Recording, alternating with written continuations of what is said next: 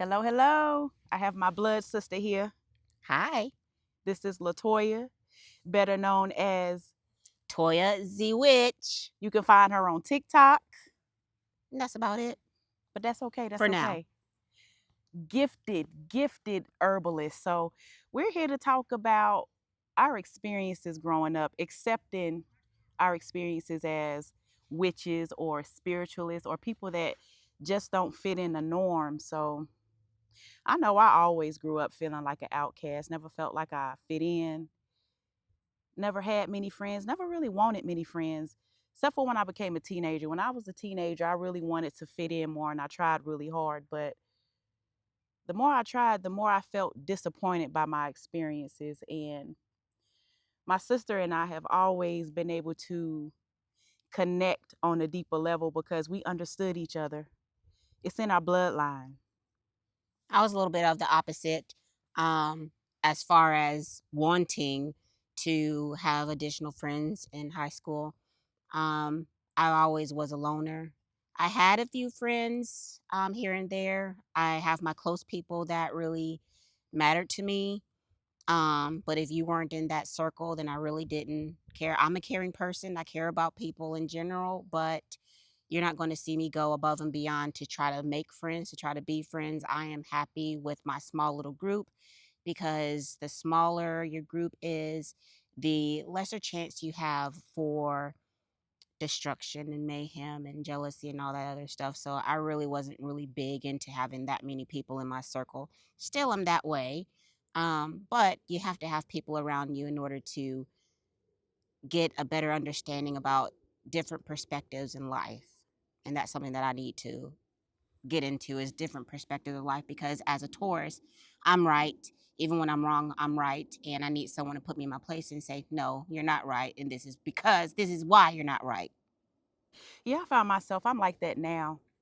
Like I don't care to really connect with people unless it's authentic. I'm more about authentic relationships that are productive, that are nurturing.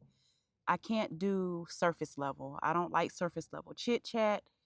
I don't like being around energy vampires, people who waste my time. I have to be around like minded people. And the older I get, the more I find myself really not finding those type of people at this stage in my life. I'm open to it, but at this stage, I'm very content being alone and growing my relationship with myself and spirituality. So, growing up, I always could relate to my sister. We're 4 years apart. I'm the older. And growing up, when I had experiences, I would always find myself wondering, like, why everywhere we go, why everywhere we move, is the house haunted? Why am I always seeing these spirits, these ghosts, and why are dead people talking to me? And young in life, I really realized it wasn't the place, it was me, because it happened everywhere. So I started to notice that when I allowed myself to open up and talk to my sister, every entity, every ghost, every experience that I had, she saw as well. And I never shared that deep connection with anyone else who saw the same things that I saw spiritually. And you don't want to share it because you don't want to have the one person who is consistent in your life to say, "Oh, she crazy. That's really my blood, really." So you kind of like keep it to yourself and like, did I really see that? Was that really a Mhm. UFO that I just saw? Was that really like a demonic figure that I saw? Is that someone in the mirror looking back at me? Like, you don't want to share that to someone that you live with, that you look up to. You don't want to share that because you're afraid that that bond might be severed. So you keep that to yourself. And she was bold enough, not me. She was bold enough to come forward to me, and we talked about it and realized that hey, we're not crazy. She's actually seeing what I'm seeing. She's feeling what I'm feeling. So, and that started from a very young age. Very young age. I remember that was back when we were in Chicago when I was in my single digits back then. So it happened. We were seeing some things from a very young age, and it's still happening. It's still happening, and I now appreciate it, because it allows me to help others as well. Um, and it allows me to get closer to my lineage, get closer to my ancestors, get closer to my spirituality. And it's something that I once feared of expressing. I now embrace it and welcome it. That's right. I'm at the same place. I am typically a quiet, reserved person. I'm to myself unless it comes to helping people. If I feel like someone needs encouragement, if someone needs a word, if spirit lays on my heart to give a message, if I see an ancestor behind them and I feel moved to say something, I will. Other than that, I'm quite reserved. And what I've realized is that the closer that me and my sister get, the deeper our bond is. And I'm at a point to where I'm actually seeing my spiritual gifts increase and take flight. And it's just something that you get used to, but at the same time, I'm still amazed each time I have an experience. And we're learning, although it looks different, being that we have a lot of spiritualists, a lot of preachers, a lot of Christians, different types of beliefs in my family. My sister and I, from our unique experience, realized that we all have the gift in our family.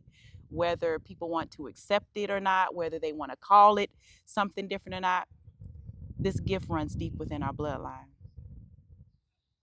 I really can't follow up with that. She pretty much covered it all, but definitely touching back on this runs deep within our bloodline, both father and mother side. And again, I mean, whether you call it, Christianity being a prophet, it is what it is. You call it whatever you want to call it, whatever resonates with you. Um, I don't judge. And I'm not here to convert anyone to my beliefs. Me and my sister, although we are both spiritualists, our paths look a little different, and that's Mhm. okay because we both learn from each other. We agree to disagree at times, which is totally okay. And that's something within the spiritualist community that we need more of. There's no right or wrong answer. It's whatever resonates with you. And that's what something that we all need to know wherever you're from, whatever religion you practice. If you don't practice a religion, it is okay that people think different from you because that's what make us unique. That's what allow us all to learn from one another. And if you don't agree and you are set on your beliefs, that is okay. Just agree to disagree. There's no need to have all of this hatred and all the fighting and all the argumenting, argue, argue, arguing, and um it's just no need for that. We don't need hatred in the world. There's too much hatred in the world, and we all just need to come together as the human race, accept that there are differences among one another, and be okay with that. That's right. And I just want to piggyback off of what she's saying. Me and my sister, we're so different, but we're so much alike. And it's growing up with her and our experiences has taught me to broaden my view.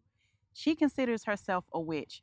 I don't necessarily like the title witch. I feel like there's a lot of negative connotations that are attached to that word, but nonetheless, a lot of times I really realize that even though we use different language, we're saying the same thing. So sometimes you have to be willing to set aside your ego and listen to the message, not listen to the words delivered, not hear the things, the titles, the words that trigger you, but hear the underlying message. Because a lot of times we all are saying the same thing. And we're just here to say that we're not hiding anymore. I'm done with hiding who I am. I'm done with feeling like I'm making people feel uncomfortable. We are spiritually aligned. We are aligning our gifts. We are pursuing our passions. And we're just here together to talk about our experience, share our experience, and hopefully encourage the conversation to go further. Absolutely. And yeah, this is one thing that we agree to disagree on. She does not like the word witch. I absolutely feel empowered by the word witch. If you know the Salem witch trials, a Mm, lot of people were burned for practicing witchcraft, which people don't understand what witchcraft is. That's a whole nother rabbit hole I'm not going to go down on this particular video because I will be talking for hours. But, I'm just saying the word witch is very empowering to me because it's based off of a lot of women who struggled, who had to hide who they were just to survive. And that's something that my ancestors went through as well, who may not have been witches, but just as a person of color. But, as African Americans, you really can't hide your color. So, this is something where, I am proud to be African American. I am absolutely proud. Brown is beautiful, black is beautiful. Proud to my brothers and sisters out there, not just of the African American descent, but all of my Latinos, all of my Asians, people of color. I love you. My Caucasians, I also love you. I have love for everyone. I love the human race. I'm proud of who I am. I'm proud of where I came from. I'm proud of my line, my lineage. I'm proud of my ancestry. And I'm proud of the woman who I am becoming. I love what you said about uh, you feel empowered by calling yourself a witch. And I actually do believe that the first woman that was burned to death during the Salem witch trial was a black woman. Chichiba. Yes, it was. Chichiba. Okay, so I need to make some corrections here. I always like to fact check, and it is never my intention to spread misinformation. Also, I do not feel like dealing with the comments of those who like to sit and wait in the cut for you to make a mistake and correct you. So I'm going to go ahead and correct myself. There is a lot that is said about Chichiba, but actually very little that is known due to lack of documentation. Chichiba was not killed during the Salem witch trials. She was the star witness and the first and only woman to admit to witchcraft. It is also said that this was intentional on her part to direct the narrative and keep herself safe. Out of the 19 victims, none of them were burned. All of them were hanged, with the exception of one male being pressed to death. There are even different narratives as far as her ethnicity. It's said that she was an indigenous Indian woman. Some say that she was from Africa. Some say that she was from the Caribbean. With that said, it is documented that she was definitely a woman of color. I encourage you to always do your own research, and the story of Chichiba is very interesting. And nonetheless, the true message lies in the dark history of America's racism, sexism, and aggression towards women. Also, the stigma that has always been placed on the spiritual woman.